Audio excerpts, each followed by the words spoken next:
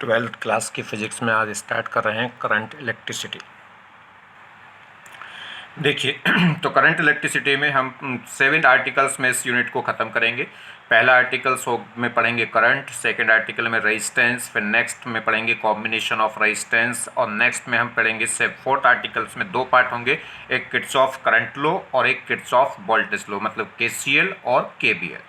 और fifth article में पढ़ेंगे cells and combination of cells, और सिक्स आर्टिकल्स में हम पढ़ेंगे मेजरिंग डिवाइस, और 7 में पढ़ेंगे पोटेंशियोमीटर। ठीक है, तो पहले स्टार्ट कर रहे हैं आर्टिकल फर्स्ट, इसमें देखेंगे करंट। ठीक है, चलिए तो करंट के बारे में अगर हम बात करें तो देखिए करंट क्या है, flow of charge per unit time, rate of flow of charge. Rate का मतलब क्या होता है, जब भी रेट वर्ड लग जाए तो समझ जाइए कि किसी भी क्वांटिटी में, किसी भी पैरामीटर्स में चेंज देख रहे हैं पर सेकंड। पर सेकंड में कह सकते हैं एक सेकंड के अंदर किसी भी पैरामीटर्स में जो चेंज हुआ है वो क्या कहलाएगा, उसका रेट। तो जैसे हम बात कर रहे हैं करंट को हम कह सकते हैं rate of flow of charge. तो rate of flow of charge का मतलब हो गया कि एक सेकंड में किसी भी वायर में से कितना चार्ज फ्लो कर गया है, वो कहलाएगा rate of flow of charge, या से क्या बोलेंगे, करंट। क्लियर? तो देखिए तो करंट क्या हुआ, it is defined as rate of flow of charge. ठीक है, rate of flow of charge का मतलब हो गया फ्लो ऑफ चार्ज पर सेकंड, या कह सकते हैं एक सेकंड में किसी भी पॉइंट से कितना चार्ज फ्लो कर गया, वो कहलाएगा करंट। तो करंट क्या होगा, d q upon d t, यह कह सकते हैं differentiation of current with respect to time. तो देखिए जब कभी भी रेट टर्म्स आए तुम्हारे सामने तो समझ जाइएगा कि differentiation with respect to time, जिस भी क्वांटिटी का रेट हम देख रहे हैं तो उसका क्या करना है, उसको टाइम के रेस्पेक्ट में क्या कर देना है, डिफरेंशिएट कर देना है। तो रेट मीन्स होता है चेंज पर सेकेंड। ठीक है, तो रेट का मतलब हो गया differentiation with respect to time. Gradient अगर एक टर्म्स आए तो ग्रेडियंट का मतलब होता है पर डिस्टेंस। पर डिस्टेंस में जो चेंज है, पर लेंथ में जो चेंज है, वो क्या कहलाएगा, ग्रेडियंट। तो ग्रेडियंट हो गया differentiation with respect to distance. ठीक है, तो इसमें विद रेस्पेक्ट टू डिस्टेंस मतलब डिस्टेंस से डिवाइड करना, किसी भी क्वांट पैरामीटर्स में जो चेंज है उसको पर डिस्टेंस के लिए निकालने, या कह सकते हैं टोटल डिस्टेंस से डिवाइड कर दें। टोटल चेंज को टोटल डिस्टेंस से डिवाइड कर देंगे तो वो क्या कहलाएगा, ग्रेडियंट, और टोटल चेंज को किससे डिवाइड कर दें, टोटल टाइम टेकन से कर दें तो वो क्या कहलाएगा, रेट। चलिए तो करंट क्या हुआ, आई इज इक्वल टू हो गया चेंज पर यूनिट टाइम। तो आई क्या कहलाएगी, इलेक्ट्रिक करंट, चार्ज।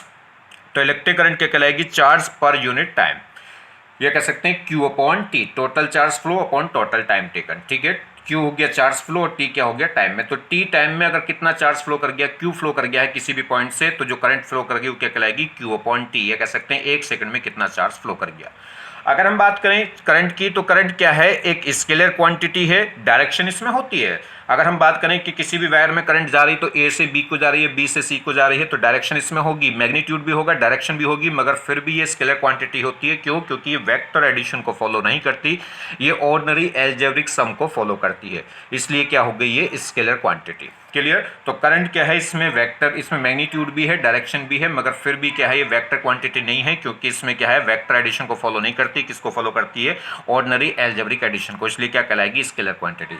अगर हम बात करें इसकी यूनिट की तो जो आई है, आई इज इक्वल टू हो गया क्यू अपॉन टी, क्यू की यूनिट हो गई कुलाम और टी की हो गई सेकंड। तो कुलाम पर सेकंड, या क्या बोल सकते हैं इसको, एम्पियर, कैपिटल ए से इंडिकेट करेंगे। और अगर डायमेंशन फॉर्मूले की बात करें तो करंट का डायमेंशन फॉर्मूला क्या हो गया, ए, क्योंकि क्या है, एक ये फंडामेंटल क्वांटिटी है, और फंडामेंटल क्वांटिटी इसका डायमेंशन फॉर्मूला कितना है, ए। चलिए अगर सीजीएस यूनिट की बात करें तो सीजीएस यूनिट इसमें क्या होगी, सीजीएस यूनिट इसे बोलेंगे एब्सोल्यूट एम्पियर। एब्सोल्यूट एम्पियर यह बोलते हैं वाट। ठीक है, और 1 एम्पियर में कितना होता है, 1/10 एब्सोल्यूट एम्पियर। क्लियर? तो 1 एम्पियर में कितना होगा, 1/10 एब्सोल्यूट एम्पियर। देखिए अब हम बात करते हैं कि जैसे किसी भी मटेरियल्स में जो करंट फ्लो करेगी वो किसकी वजह से फ्लो करेगी। करंट फ्लो क्या है, rate of flow of charge, या कह सकते हैं flow of charge per unit time, एक सेकंड में कितना चार्ज फ्लो कर गया। अब चार्ज जो फ्लो कर रहा है वो किसकी वजह से फ्लो कर रहा है, इलेक्ट्रॉन्स के मूव करने की वजह से, किसी आयंस के मूव करने की वजह से। तो वेरियस वैसे डिफरेंट मटेरियल्स में क्या होगा, जो चार्ज कैरियर हैं वो डिफरेंट होंगे। तो जरा देख ले, तो ये मटेरियल्स के नाम है और ये चार्ज कैरियर है। अगर हम बात करें मेटेलिक कंडक्टर, या कह सकते हैं वैक्यूम ट्यूब, वैक्यूम ट्यूब क्या होती है? वैक्यूम ट्यूब क्या होती है? कोई भी आपने ग्लास ट्यूब ली, उसके अंदर क्या कर लिया आपने, एक वैक्यूम पंप लगा दिया, जो क्या करेगा उसके अंदर की एयर को निकाल के बाहर फेंक देगा, मतलब उसके अंदर प्रेशर क्या कर देगा, लो।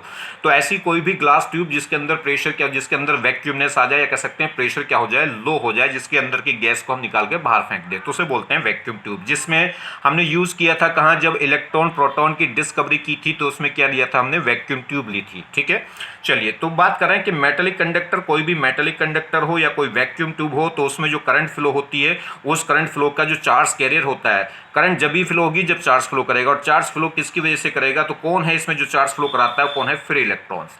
तो आपको ध्यान रखना है, मेटेलिक कंडक्टर या वैक्यूम ट्यूब के अंदर जो चार्ज कैरियर हैं वो कौन होते हैं, फ्री इलेक्ट्रॉन्स। नेक्स्ट अगर हम बात करें इलेक्ट्रोलाइट्स की, इलेक्ट्रोलाइट्स, जैसे मैंने आपको इलेक्ट्रोकेमिस्ट्री में पढ़ाया है इलेक्ट्रोलाइट्स के बारे में, कोई भी लिक्विड सॉल्यूशन है तो उसके अंदर जो करंट कैरियर होते हैं, जो चार्ज कैरियर होते हैं, वो कौन होते हैं, पॉजिटिव और नेगेटिव आयंस। ठीक है, पॉजिटिव और नेगेटिव आयन, जैसे Na+, अमोनियम आयन, या जैसे सल्फेट आयन। ठीक है, इस टाइप से। तो इसमें जो इलेक्ट्रोलाइट्स हैं, जो लिक्विड सॉल्यूशन होते हैं, उनके अंदर जो करंट के चार्ज कैरियर हैं वो कौन होंगे, positive and negative ions. Clear. Next बात करें गैस डिस्चार्ज ट्यूब। अगर गैस डिस्चार्ज ट्यूब देखें तो इसके अंदर जो करंट कैरियर हैं वो कौन होंगे, पॉजिटिव आयंस एंड इलेक्ट्रॉन्स। तो अगर इलेक्ट्रोलाइट्स में देखें तो पॉजिटिव नेगेटिव आयंस थे, और गैस डिस्चार्ज ट्यूब में देखें तो पॉजिटिव आयंस तो हैं, मगर नेगेटिव आयंस की जगह कौन है, इलेक्ट्रॉन्स है। क्लियर। नेक्स्ट अगर हम बात करें सेमीकंडक्टर मैंने 12th क्लास का डाल दिया है, और उसमें semiconductor N type semiconductor, P type semiconductor type से। तो सेमीकंडक्टर में जो करंट कैरियर होते हैं, जो चार्ज कैरियर होते हैं, वो कौन होते हैं, holes and free electrons. Holes पे क्या होता है, पॉजिटिव चार्ज, और इलेक्ट्रॉन्स पे क्या होता है, नेगेटिव चार्ज। तो सेमीकंडक्टर में जो करंट कैरियर है वो कौन होंगे, होल्स एंड इलेक्ट्रॉन्स। ठीक है, अब बात करते हैं डायरेक्शन की। करंट की डायरेक्शन क्या होगी, मैंने अभी आपको बताया कि करंट में क्या है, डायरेक्शन है। वो अलग बात है कि वो स्केलर क्वांटिटी है, मगर उसमें डायरेक्शन है। ठीक, डायरेक्शन है मगर फिर भी स्केलर है, क्यों, क्योंकि वेक्टर एडिशन को फॉलो नहीं करती। तो अगर हम बात करें करंट के डायरेक्शन की, तो करंट हमेशा क्या होती है, ध्यान दीजिए, करंट हमेशा high potential to low potential जाती है। करंट की जो डायरेक्शन है high potential to low potential, या कह सकते हैं इलेक्ट्रिक फील्ड के अलोंग, क्योंकि इलेक्ट्रिक फील्ड भी कहाँ मूव करती है, high potential to low potential. Electric field की भी जो डायरेक्शन है वो क्या होती है, हाई पोटेंशियल से लो पोटेंशियल। तो जिधर इलेक्ट्रिक फील्ड जाएगी उधर ही क्या जाएगी, करंट जाएगी, और करंट इलेक्ट्रिक फील्ड कहाँ जाती है, high potential to low potential, तो करंट भी कहाँ जाएगी, हाई पोटेंशियल से लो पोटेंशियल, मतलब पॉजिटिव चार्ज से नेगेटिव चार्ज की तरफ। अब हम बात करें इसमें क्या होगा, अगर कोई भी पॉजिटिव चार्ज है तो पॉजिटिव चार्ज हमेशा किधर मूव करता है, देखिए कोई भी चार्ज पार्टिकल अगर इलेक्ट्रिक फील्ड में अंदर इलेक्ट्रिक फील्ड के स्पेस में आ जाए तो उस पर एक फोर्स लगने लगता है F=QE। अगर पॉजिटिव चार्ज है तो फोर्स लगेगा इलेक्ट्रिक फील्ड के अलोंग, और नेगेटिव चार्ज है तो फोर्स कहाँ लगेगा, इलेक्ट्रिक फील्ड के अपोजिट। तो जिधर प्लस चार्ज मूव करता है उधर ही करंट मूव करेगी, और नेगेटिव चार्ज उधर मूव करता है जिधर क्या करती है, जिधर नेगेटिव चार्ज मूव करेगा उसके अपोजिट क्या करेगी, करंट फ्लो करेगी। क्योंकि पॉजिटिव चार्ज हमेशा हाई पोटेंशियल लो पोटेंशियल जाएंगे, कह सकते हैं इलेक्ट्रिक फील्ड के अलोंग, मगर नेगेटिव चार्ज आयंस कहाँ जाएगा, इलेक्ट्रिक फील्ड के अपोजिट, क्योंकि उस पर जो फोर्स लगेगा इलेक्ट्रिक फील्ड की वजह से वो अपोजिट डायरेक्शन में लगेगा।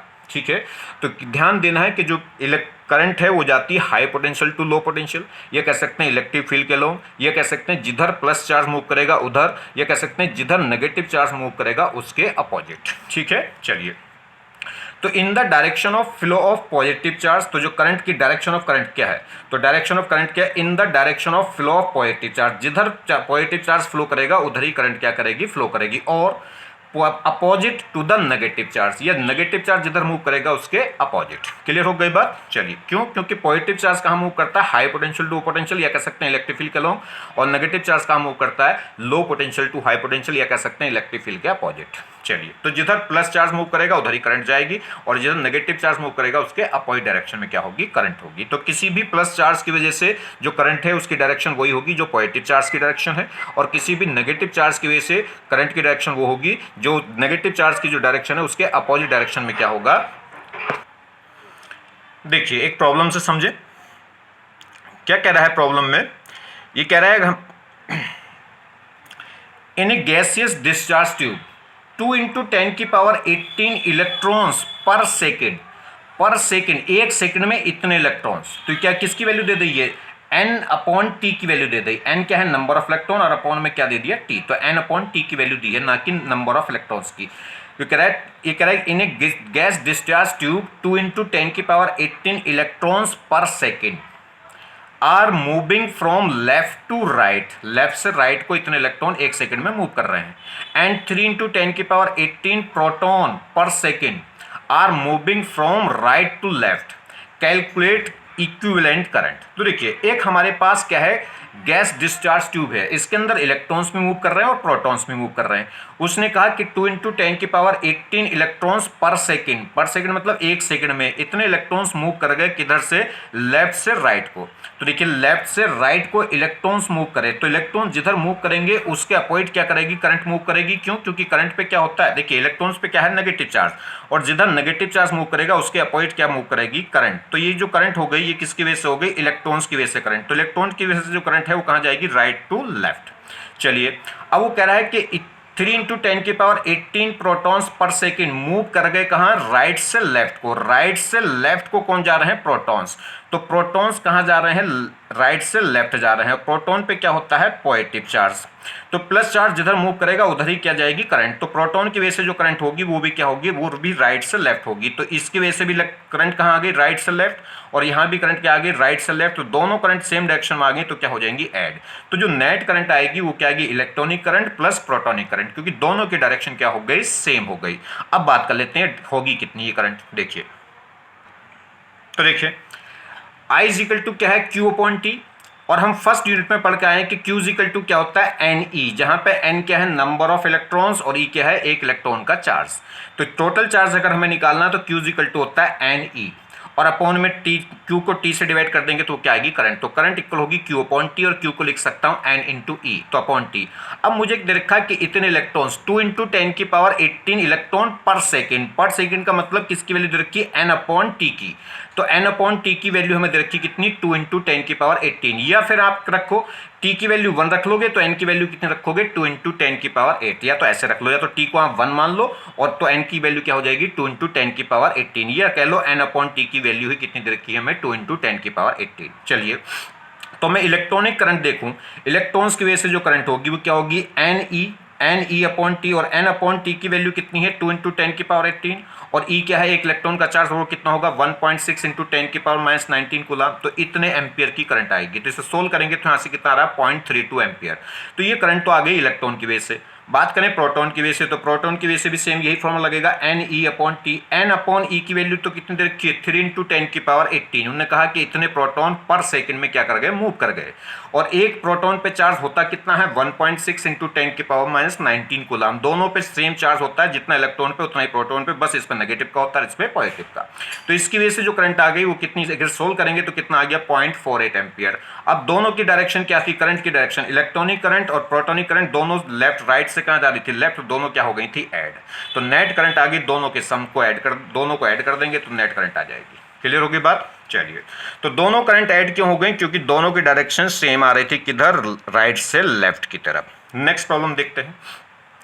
ये कह रहा है मेटेलिक वायर ऑफ एरिया, एक मेटेलिक वायर है जिसका एरिया ऑफ क्रॉस सेक्शन दे रखा है 3 centimetre square, is carrying half ampere current, then find out number of electrons flow per second in wire.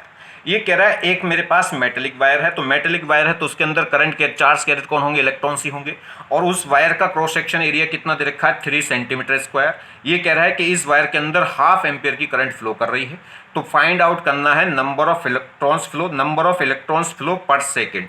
तो एक सेकेंड में कितने इलेक्ट्रॉन्स फ्लो कर गए होंगे। तो देखिए I इजिकल टू होगा Q/T, I इजिकल टू होगा Q/T, और Q मैं लिख सकता हूं N × E, ठीक है। और मुझे क्या निकालना, नंबर ऑफ इलेक्ट्रॉन्स निकालने पर सेकेंड, या तो T की वैल्यू 1 रखो तो N निकालना है, या N/T निकालना है। तो मुझे क्या निकालना है, N/T निकालना है, ठीक है। बस खत्म होगी बात। करंट की वैल्यू उसने कितनी दे रखी, करंट की वैल्यू दे रखी है उसने हाफ, N/T मुझे निकालना, और E मुझे पता होता है कितना, N मुझे कितना पता होगा कि N की E मतलब एक इलेक्ट्रॉन का चार्ज, वो कितना होता है, 1.6 × 10⁻19। तो मुझे N/T निकालना, तो N/T इजिकल टू क्या हो जाएगा, I/E। I की वैल्यू कितनी है, हाफ, ये कितनी वैल्यू हो गई यहाँ से हाफ, और इंटू E की वैल्यू कितनी है, 1.6 × 10⁻19। बस खत्म हो गई बात, ठीक है। इसे सोल्व करेंगे तो यहाँ से वैल्यू निकल कर आ गई 3.125 × 10⁻18। इतने इलेक्ट्रॉन पर सेकेंड क्या कर रहे होंगे, मूव कर रहे होंगे, ठीक है। नेक्स्ट देखिए, अब बात करते हैं जैसे ये कॉन्सेप्ट देखें, ये क्या कॉन्सेप्ट है अगर हम बात करें, ये कह रहा है कॉन्सेप्ट, हमने आर्टिकल फर्स्ट का ए पार्ट पढ़ लिया, आप सेकंड पार्ट पढ़ रहे हैं। Concept of current flow in a conductor, किसी भी कंडक्टर में करंट का फ्लो कैसे होता है, तो जरा समझे। इसका बी पार्ट का भी फर्स्ट पार्ट देख रहे हैं। नो वोल्टेज इज अप्लाई, हमारे पास कोई मेटेलिक कंडक्टर है, मतलब कोई भी कंडक्टर है। इस कंडक्टर की हमने क्या ले लिया, एक सेगमेंट ले लिया कोई कंडक्टर का। इस कंडक्टर के अंदर वेरियस फ्री इलेक्ट्रॉन्स होंगे। अगर हम बात करें जैसे सोडियम है, तो सोडियम के आउटर मोस्ट में क्या है, जो बैलेंस इलेक्ट्रॉन्स होते हैं, मेटल के आउटर मोस्ट में जो बैलेंस इलेक्ट्रॉन्स होते हैं वो लूजली बाउंडेड होते हैं, किसके साथ, न्यूक्लियस के साथ। तो मोशन के लिए क्या होते हैं, फ्री होते हैं, कह सकते हैं। जो सराउंडिंग टेम्परेचर है वो टेम्परेचर क्या होगा, सफिशिएंट होता है उनको मूव कराने के लिए। तो क्या होगा, जब हमारे पास कोई कंडक्टर पड़ा है तो उसके पास जो पर्टिकुलर एटम के पास वैलेंस इलेक्ट्रॉन्स होते हैं, तो इस टाइप से इसके पास क्या होंगे, वेरियस फ्री इलेक्ट्रॉन्स होते हैं। और ये फ्री इलेक्ट्रॉन्स मतलब जो मोशन के लिए फ्री होते हैं, जो न्यूक्लियस से क्या होते हैं, लूजली बाउंडेड हो सकते हैं, जो मोशन के लिए फ्री है, मगर इतने भी फ्री नहीं है कि इसकी सरफेस को क्या कर दें, इससे बाहर निकल जाएं, इसके वैक्यूम से क्या हो जाए बाहर, इसके इनसाइड से क्या हो जाए बाहर, इसकी सरफेस को पार नहीं करते, मगर इस कंडक्टर के अंदर क्या करते रहते हैं, मूव करते रहते हैं। अब कंडक्टर के अंदर जो मोशन है फ्री इलेक्ट्रॉन्स का, वो क्या होता है, वो इलेक्ट्रॉन का जो मोशन होता है वो उस पर कोई एक्सटर्नल फोर्स नहीं लग रहा, कोई भी ड्राइविंग फोर्स नहीं है। तो ये क्या करते हैं, रैंडमली मूव करते हैं, मतलब कोई लेफ्ट कोई राइट कोई डाउन की ऑल डायरेक्शन में क्या करेंगे, इलेक्ट्रॉन्स क्या करते हैं, मूव करते हैं। तो कोई डाउन में, कोई अप, कोई लेफ्ट कोई राइट, जिग-जैग मोशन करेंगे, मतलब ये क्या होंगे, फ्रीली मोशन करते हैं। फ्रीली मोशन का मतलब है कि इनकी कोई डायरेक्शन नहीं होती, कोई पर्टिकुलर डायरेक्शन नहीं होगी, कोई लेफ्ट में, कोई राइट में, कोई प्लस एक्सिस में, कोई माइनस एक्स एक्सिस में, कोई प्लस जेड एक्सिस में, कोई माइनस वाई एक्सिस में, वेरियस ऑल डायरेक्शन में क्या करेंगे, मूव करेंगे। चलिए, तो कह रहा है अगर हम बात करें किसी भी कंडक्टर में देखें तो पर मीटर क्यूब में इस टाइप के फ्री इलेक्ट्रॉन की जो संख्या है वो बहुत ज्यादा हाई होती है। अगर हम बात करें फ्री इलेक्ट्रॉन की डेंसिटी मतलब नंबर ऑफ इलेक्ट्रॉन्स पर वॉल्यूम, और पर वॉल्यूम भी कैसा ले रहे हैं, मीटर क्यूब। तो अगर बात करें number of free electrons in a conductor, किसी भी कंडक्टर में अगर हम फ्री इलेक्ट्रॉन्स की वैल्यू देखें तो 10⁻28 से लेकर 10⁻29 per metre cube. 1 metre cube volume के अंदर कितने फ्री इलेक्ट्रॉन्स होते हैं, 10⁻28 या 10⁻29, और ये बहुत बड़ी वैल्यू है। ठीक है, आगे बात समझ में नहीं।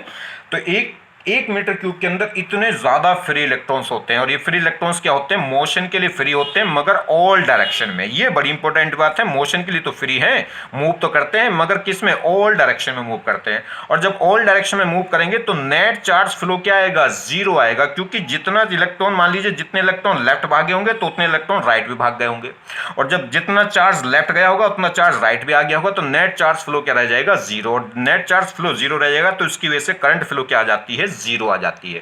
तो अगर कोई भी कंडक्टर है तो उस कंडक्टर के अंदर क्या है, वेरियस फ्री इलेक्ट्रॉन्स पड़े हैं, और उनका मोशन क्या होता है, एकदम फ्रीली मोशन करते हैं ऑल डायरेक्शन में।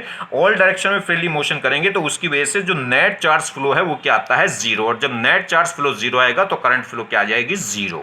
क्लियर हो गई बात।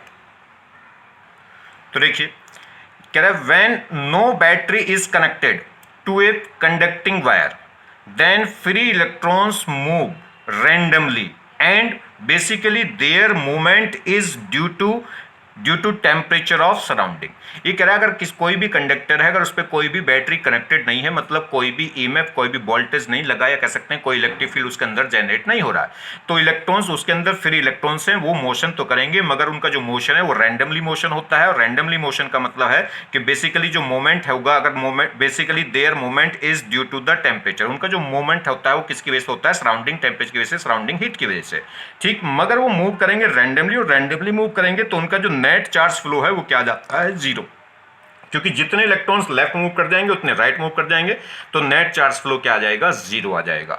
इसलिए जब नेट चार्ज फ्लो जीरो हो गया तो क्या हो जाएगा, करंट क्या हो जाएगी, जीरो हो जाएगी। तो कोई भी मेटेलिक रोड है तो उसके अंदर फ्री इलेक्ट्रॉन्स क्या कर रहे हैं, मूव कर रहे हैं, मगर वो रैंडमली मूव कर रहे हैं, और रैंडमली मूव कर रहे हैं तो ऑल डायरेक्शन में उसका मोशन होगा, और ऑल डायरेक्शन मोशन होगा तो नेट चार्ज फ्लो क्या आ जाता है, निकल के जीरो, जिसकी वजह से करंट फ्लो नहीं कर रही। चलिए बात करें, ये कह रहा है speed acquire by the electrons from temperature of surrounding is known as thermal speed. जो सराउंडिंग टेम्परेचर है, उस सराउंडिंग टेम्परेचर की वजह से जो फ्री इलेक्ट्रॉन्स होते हैं कंडक्टर के अंदर, ये जो स्पीड अटेन कर लेते हैं, स्पीड एक्वायर कर लेते हैं, ये स्पीड कहलाती है थर्मल स्पीड। मतलब थर्मल हीट की वजह से, सराउंडिंग टेम्परेचर की वजह से जो इनके अंदर काइनेटिक एनर्जी है, जो स्पीड है, उसे क्या बोलेंगे, थर्मल स्पीड।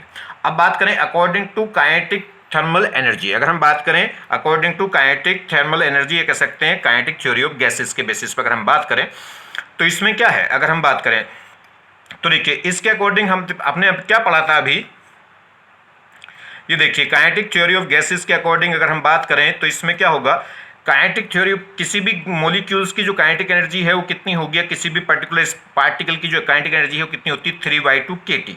ठीक है, 3/2 kT काइनेटिक एनर्जी को मैं क्या लिख सकता हूँ, 1/2 mv²। और ये जो वेलोसिटी है कौन सी होगी, थर्मल वेलोसिटी, मतलब जो सराउंडिंग टेम्परेचर की वजह से वेलोसिटी स्पीड आ रही है, तो ये कौन सी स्पीड होगी, थर्मल स्पीड। अब इसको अगर हम सोल्व करें तो 1/2 से क्या हो गया, 1/2 2 से 2 जाएगा और ये m कहाँ जाएगा, अपॉन में, तो VT² इजिकल टू हो जाएगा 3 kT अपॉन m, और v² हटाएंगे तो क्या आ जाएगा, रूट। ये थर्मल स्पीड आ गई। VT का मतलब क्या है, इस V मतलब स्पीड और T मतलब थर्मल स्पीड। तो थर्मल स्पीड किसकी, फ्री इलेक्ट्रॉन्स की। जो थर्मल स्पीड है वो इस टाइप से फॉर्मूला होता है काइनेटिक थ्योरी ऑफ गैसेस के अकॉर्डिंग या काइनेटिक थर्मल एनर्जी के अकॉर्डिंग, तो VT इजिकल टू होगा √3 kT अपॉन m, जहां पे K क्या है, T तो है एब्सोल्यूट टेम्परेचर, मतलब टेम्परेचर इन केल्विन। अगर हम बात करें K, तो K क्या है, बोल्ट्जमैन कांस्टेंट है जिसकी वैल्यू R/N होती है, R कैपिटल R और अपॉन एवोगैड्रो नंबर, ये मैं आपको कई बार बता चुका हूं और चैप्टरों में भी। तो K क्या है, बोल्ट्जमैन कांस्टेंट है और इसकी वैल्यू बड़ी इंपॉर्टेंट वैल्यू होती है, कई एग्जाम में पूछी गई है। तो K की जो वैल्यू है 1.38 इंटू 10⁻⁻23 जूल पर केल्विन। ठीक है, नहीं तो आप किससे निकाल सकते हैं, गैस कांस्टेंट R रख लीजिए और एवोगैड्रो नंबर N, तो R/N का जो रेशो है वही क्या कहलाता है, बोल्ट्जमैन कांस्टेंट K। और m यहाँ पे क्या हो गया, मास ऑफ फ्री इलेक्ट्रॉन्स, जो इलेक्ट्रॉन मूव कर रहे हैं। ठीक है, तो यहाँ पे हम वैल्यू रखेंगे तो यहाँ से क्या आ जाएगी, थर्मल स्पीड। अब ये जो थर्मल स्पीड है डिफरेंट डिफरेंट टेम्परेचर पे क्या होगी, डिफरेंट जैसे जैसे टेम्परेचर बढ़ेगा सराउंडिंग टेम्परेचर, वैसे वैसे ये थर्मल स्पीड क्या होगी, बढ़ेगी। तो अगर हम इसकी बात करें रूम टेम्परेचर पे, तो रूम टेम्परेचर लें तो रूम टेम्परेचर जनरली हम अगर लेके चलें तो जनरली कॉमनली हम रूम टेम्परेचर कितना लेते हैं, 27 डिग्री सेंटीग्रेड, या कह सकते हैं 300 केल्विन। तो 300 केल्विन पे जो 300 केल्विन या कह सकते हैं एट रूम टेम्परेचर, या कह सकते हैं रूम टेम्परेचर मतलब 20 अप्रोक्सीमेट कितना, 27 डिग्री सेंटीग्रेड, या केल्विन में कहें तो 300 डिग्री सेंटीग्रेड। अगर इसकी वैल्यू यहाँ रखें तो ये सोल्व होकर वैल्यू निकल कर आती है, थर्मल स्पीड, फ्री इलेक्ट्रॉनों की जो थर्मल स्पीड है वो 10⁵ मीटर पर सेकेंड है। देखिए बहुत हाई स्पीड है। अगर कोई भी कंडक्टर पड़ा है, कोई भी मेटेलिक कंडक्टर अगर पड़ा है तो उसके अंदर फ्री इलेक्ट्रॉन्स मूव करते हैं, और कितनी हाई स्पीड से मूव करते हैं, एक तो इलेक्ट्रॉन्स बहुत ज़्यादा होते हैं, कितना 10⁻28 या 10⁻29 पर मीटर क्यूब, इतने इलेक्ट्रॉन्स होते हैं 1 मीटर क्यूब के वॉल्यूम में। और दूसरा, इनकी रूम टेम्परेचर पे इनकी स्पीड बहुत ज़्यादा हाई होती है, थर्मल स्पीड इसे बोलते हैं, कितना होता है 10⁵ मीटर पर सेकेंड। मगर इतने सारे इलेक्ट्रॉन हैं, इतनी स्पीड से मूव कर रहे हैं, मगर फिर भी करंट फ्लो क्या रहती है, जीरो। क्यों, क्योंकि इनका जो मोशन है वो रैंडमली है, और रैंडमली मोशन होने की वजह से इनका जो मोशन, इनमें जो इनकी वजह से जो चार्ज, नेट चार्ज फ्लो है वो क्या निकल कर आ जाता है, जीरो। चलिए, तो अगर बात करें एवरेज वेलोसिटी की, तो स्पीड आई थर्मल स्पीड, एवरेज वेलोसिटी देखेंगे तो वो जीरो आएगी। एवरेज वेलोसिटी, वेलोसिटी क्या है, एक वेक्टर क्वांटिटी है, और वेक्टर क्वांटिटी है तो वो क्या करेगी, उसमें लेफ्ट राइट सब डायरेक्शन क्या हो जाएंगी, ऐड हो जाएंगी। तो अगर ये कह रहा है average velocity of all electrons, अगर ऑल इलेक्ट्रॉन्स की एवरेज वेलोसिटी निकाले तो वो निकल के कितनी आ जाएगी, जीरो। जैसे नेट चार्ज फ्लो निकल के कितना आ रहा था, जीरो। किसकी वजह से, रैंडमली मोशन की वजह से, ऑल डायरेक्शन की मोशन की वजह से। जब ऑल डायरेक्शन में इलेक्ट्रॉन्स मूव कर रहे हैं तो उनका नेट चार्ज फ्लो क्या था, जीरो, और एवरेज वेलोसिटी भी निकल के क्या आएगी, ऑल इलेक्ट्रॉन्स की जीरो आ जाएगी। क्लियर होगी। तो कोई इलेक्ट्रॉन इधर भागेगा, कोई इधर, कोई इधर। ये न्यूक्लियस है, ये एटम पड़े हैं, ये एटमों का न्यूक्लियस है, इन पे ये इलेक्ट्रॉन है, जो फ्री इलेक्ट्रॉन्स होंगे वो इधर उधर लेफ्ट राइट भागेंगे, स्ट्रेट लाइन मोशन में भागेंगे। ये से भागा, यहाँ टक्कर हुई, फिर इधर को भाग जाएगा, फिर इधर को, इस टाइप से रैंडमली मोशन चलेगा ऑल डायरेक्शन में, कोई इधर, कोई इधर, कोई इधर, कोई इधर, कोई इधर, जिसकी वजह से नेट चार्ज फ्लो भी क्या आ जाएगा, जीरो, और एवरेज वेलोसिटी भी ऑल इलेक्ट्रॉन्स की क्या आ जाएगी, जीरो निकल के आ जाएगी, और जिसकी वजह से नेट करंट फ्लो क्या हो जाएगी, जीरो। नेक्स्ट देखिए, जैसे नेक्स्ट पॉइंट देखें, mean free path lambda. Mean free path क्या होगा, जैसे कोई फ्री इलेक्ट्रॉन्स मूव करा अपने न्यूक्लियस से मूव करा और जाके दूसरे एटम के न्यूक्लियस से कोलाइड करेगा। तो जैसे जैसे जब तक क्या होगा, इसकी स्पीड है, स्पीड होगी तो क्या होगा, इसकी स्पीड है तो स्पीड अटेन करता जाएगा, मगर न्यूक्लियस के साथ इसका जो कोलिजन है वो परफेक्टली क्या होगा, इनइलास्टिक। ठीक है, तो ये अपनी स्पीड खो देगा, मगर फिर दोबारा से थर्मल स्पीड है तो फिर स्पीड अटेन करेगा। तो इस टाइप से क्या होगा, ये मूव करेगा, न्यूक्लियस के साथ कोलाइड करेगा, फिर मूव करेगा, फिर न्यूक्लियस के साथ मूव करेगा। अब क्या होगा, कभी तो क्या होगा, कभी तो मान लीजिए L1 डिस्टेंस चल के कोलिजन हो जाएगी, कभी L2 डिस्टेंस चल के कोलिजन हो जाएगी, कभी L3 डिस्टेंस चल के कोलिजन हो जाएगी, कभी फिर L1 डिस्टेंस चल के कोलिजन हो जाएगा। तो डिफरेंट डिफरेंट डिस्टेंस चल के क्या होगा, डिफरेंट कोलिजन होते जाएंगे। कभी कम डिस्टेंस पे कोलिजन हो जाएगा, कभी ज़्यादा डिस्टेंस चल के कोलिजन होगा। तो इस टाइप से तो वेरियस क्या होगा, हम इसका एवरेज निकालें। मान लीजिए दो सक्सेसिव कोलिजन के बीच में जो डिस्टेंस ट्रेवल है वही क्या कहलाती है, वो कहलाएगी फ्री पाथ। मगर ये डिफरेंट डिफरेंट कोलिजन के लिए क्या होगा, डिफरेंट डिफरेंट होगा, इसलिए इसका क्या निकाल लेते हैं, एवरेज। तो इसलिए क्या बोल रहे हैं, मीन फ्री पाथ। मीन मतलब एवरेज। तो एवरेज क्यों निकाल रहे हैं, समझ रहे हैं, क्योंकि डिफरेंट डिफरेंट दो सक्सेसिव कोलिजन के बीच की डिस्टेंस क्या होगी, फ्री पाथ क्या होगा, वो डिफरेंट डिफरेंट होगा। फ्री पाथ मतलब दो कोलिजन के बीच में जो डिस्टेंस चली गई इलेक्ट्रॉन्स के द्वारा, वो क्या कहलाएगा, फ्री पाथ। ठीक है, मगर वो डिफरेंट डिफरेंट कोलिजन के लिए क्या होता है, डिफरेंट डिफरेंट होता है, इसलिए क्या निकालेंगे, सबका एवरेज निकालेंगे। तो क्या लिखेंगे, it is the average distance covered by the free electrons between successive collision. तो सक्सेसिव कोलिजन में इलेक्ट्रॉन्स के द्वारा कवर की गई डिस्टेंस, मगर डिस्टेंस भी कौन सी, एवरेज। तो it is the average distance covered by the free electrons between two successive collision, या सक्सेसिव कोलिजन या टू सक्सेसिव कोलिजन, एक ही बात है। तो लैम्डा इज इक्वल टू होगा लैम्डा 1 लैम्डा 2 लैम्डा 3। मान लीजिए पहला कोलिजन में कितने डिस्टेंस चला, पहला कोलिजन जो हुआ वो लैम्डा 1 डिस्टेंस चल के, दूसरा कोलिजन हुआ लैम्डा 2 डिस्टेंस चल के, तीसरा कोलिजन हुआ लैम्डा 3 डिस्टेंस चल के। तो इस टाइप से, और डिवाइडेड बाय क्या होगा, नंबर ऑफ कोलिजन। जितने भी कोलिजन के डिस्टेंस है डिवाइडेड बाय उतने नंबर ऑफ कोलिजन। तो एवरेज डिस्टेंस किससे निकलेगी, तो लैम्डा इज इक्वल टू आएगी lambda 1 plus lambda 2 plus lambda 3 up to lambda n, और डिवाइडेड बाय क्या हो जाएगा, नंबर ऑफ कोलिजन। चलिए, तो लैम्डा क्या हो गया, टोटल डिस्टेंस। ये टोटल डिस्टेंस ही तो हो गई lambda 1 plus lambda 2 plus lambda 3 upon क्या होगा, नंबर ऑफ कोलिजन। तो total distance travelled divided by number of collision. और ये टोटल डिस्टेंस भी कौन सी, इतने कोलिजनों में कितने डिस्टेंस उसने चली। अगर मान लीजिए हम क्या ले रहे हैं, 100 कोलिजन ले रहे हैं, तो 100 कोलिजन में टोटल डिस्टेंस ट्रेवल्ड, तो total distance travelled in 100 collision divided by 100। चलिए, जैसे एक प्रॉब्लम देखें इस पर, अगर हम बात करें इस प्रॉब्लम की, तो देखिए क्या है इसमें। अगर हम बात करें प्रॉब्लम, ये कह रहा है free electrons collide thousands, free electrons collides 1000 times in covering 1 micrometre distance. ये कह रहा है कैलकुलेट लैम्डा, यानी कि free path, mean free path हमें बताना है। ये कह रहा है इलेक्ट्रॉन्स क्या है, 1 माइक्रोमीटर डिस्टेंस चलने में इलेक्ट्रॉन्स कितनी बार कोलाइड कर जाता है, 1000 बार, मतलब 1000 बार। ठीक है, तो कह रहा है उसका लैम्डा निकालिए, मीन फ्री पाथ निकालिए।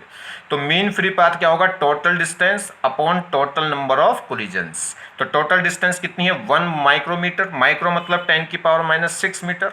ठीक है, और नंबर ऑफ कोलिजन कितने हैं, 1000, यानी कि 1000। ठीक है, यहाँ कोई नंबर नहीं दिया, सिर्फ 1000 कहा है, तो 1000 का मतलब क्या हो गया, 1000। तो आप क्या करेंगे, total distance divided by number of collision, तो वैल्यू निकल के आ जाएगी इतने मीटर। क्लियर होगी बात। नेक्स्ट, अब है रिलैक्सेशन टाइम। रिलैक्सेशन टाइम क्या है, दो सक्सेसिव कोलिजन के बीच में जो टाइम लगता है उसे क्या कहते हैं, रिलैक्सेशन टाइम। मतलब कितने टाइम वो रिलैक्स रहा, कोलिजन नहीं हुआ। तो दो सक्सेसिव कोलिजनों के बीच का जो टाइम है उसे क्या बोलते हैं, रिलैक्सेशन टाइम। अब ये भी क्या होगा, डिफरेंट डिफरेंट कोलिजन में डिफरेंट डिफरेंट डिस्टेंस चलनी पड़ेगी, तो डिफरेंट डिफरेंट क्या लगेगा, टाइम लगेगा। तो पहले कोलिजन में टाइम कुछ और है, दूसरे कोलिजन में का टाइम कुछ और है, तीसरे कोलिजन का टाइम कुछ और है। तो ये भी क्या निकलेगा, एक एवरेज वैल्यू से निकलेगा। तो रिलैक्सेशन टाइम भी क्या है, एक एवरेज टाइम है, और इसे किससे दिखाते हैं, टॉ से। तो इट इज द एवरेज, देखिए एवरेज वर्ड आ गया, it is the average time distance, it is the average time taken by the free electrons between two successive collision. तो दो सक्सेसिव कोलिजन के बीच में जो एवरेज टाइम है, क्योंकि डिफरेंट डिफरेंट दो सक्सेसिव कोलिजन का टाइम क्या होगा, डिफरेंट डिफरेंट होगा, तो उसका क्या निकाल लेंगे, मीन निकाल लेंगे, और मीन निकाल के जब बताएंगे। तो it is the average time taken by the free electrons between two successive collision. तो दो सक्सेसिव कोलिजन के बीच में जो एवरेज टाइम टेकन है, किसका, एवरेज टेकन टाइम है, वही क्या कहलाएगा, रिलैक्सेशन टाइम, ये कह सकते हैं टॉ। तो टॉ क्या होगा, टोटल टाइम अपॉन क्या होगा, नंबर ऑफ कोलिजन, मतलब T1 plus T2 plus T3 upon divided क्या होगा, नंबर ऑफ कोलिजन्स। अब बात करें स्पीड की, जैसे स्पीड क्या होती है, डिस्टेंस अपॉन टाइम।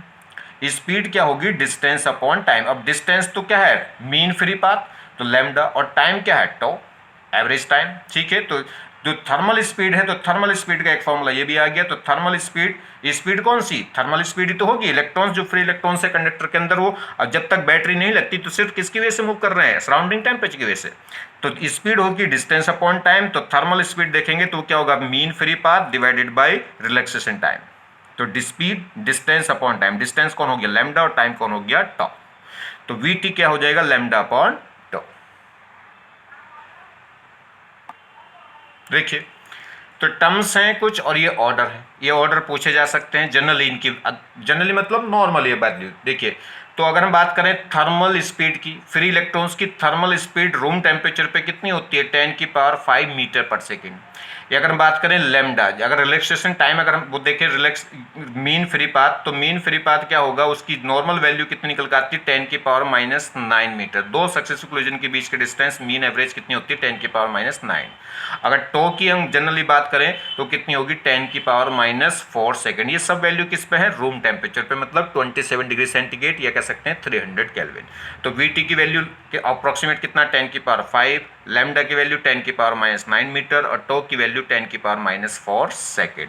और मैंने ये भी बता दिया था आपको कि एक कंडक्टर के अंदर अगर हम नंबर ऑफ इलेक्ट्रॉन्स देखें पर मीटर क्यूब तो उसकी वैल्यू कितनी है, 10⁻28 या 29 के बीच में लाई करती है। चलिए नेक्स्ट, अगर हम बात करें इसकी, ये कह रहा है when temperature of a conductor increase, किसी भी कंडक्टर का अगर टेम्परेचर क्या करूं, बढ़ाऊं। When temperature of a conductor increase then what will be effect on the relaxation time. अगर मैं क्या करूंगा, देखिए टेम्परेचर बढ़ाऊंगा, किसी भी कंडक्टर का सराउंडिंग टेम्परेचर बढ़ाऊं, किसी भी कंडक्टर का टेम्परेचर बढ़ाऊं, अगर टेम्परेचर बढ़ाऊंगा तो क्या होगा, स्पीड बढ़ेगी इलेक्ट्रॉन्स की, जो फ्री इलेक्ट्रॉन्स है उसकी स्पीड बढ़ेगी, उसकी थर्मल स्पीड बढ़ेगी, और स्पीड बढ़ेगी तो कोलिजन जल्दी जल्दी कोलाइड होगा न्यूक्लियस के साथ।